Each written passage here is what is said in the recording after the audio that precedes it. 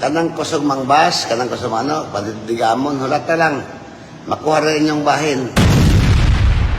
Hindi sumipot si Santa Cruz Mayor Nelson Tata Sala sa itinakdang pagharap sa Provincial Prosecutor's Office ngayong araw na ito, Enero 7, taong kasalukuyan. Ang nasabing paghaharap ay inaasahang pagtatagpo ng dalawang panig, si Mayor Nelson Tata Sala at ang batikang broadcaster mula sa Davao City na si John Digamon. Matatandaan na si Mayor Sala mismo ang nagpadala ng kopya ng sabina kay John Digamon kamakailan. Ang sabina ay may kaugnayan sa 8 kaso ng cyber libel na sinampa ng alkalde laban sa broadcaster. Ayon sa reklamo, ang mga kasong ito ay bunsod ng mga komentaryo ni Digamon na may kaugnayan sa pagpaslang kay Kapitan Oscar Dudong Bocol Jr. Batay sa footage, makikita ang presensya ni John Digamon sa loob ng Provincial Prosecutor's Office. Gayunman, kapansin-pansin ang kawalan ng presensya ni Mayor Nelson Tata Sala kung saan nag-iisang humarap ang broadcaster sa nasabing tanggapan. Patuloy na inaabangan ang susunod na hakbang ng magkabilang panig kaugnay sa kasong ito.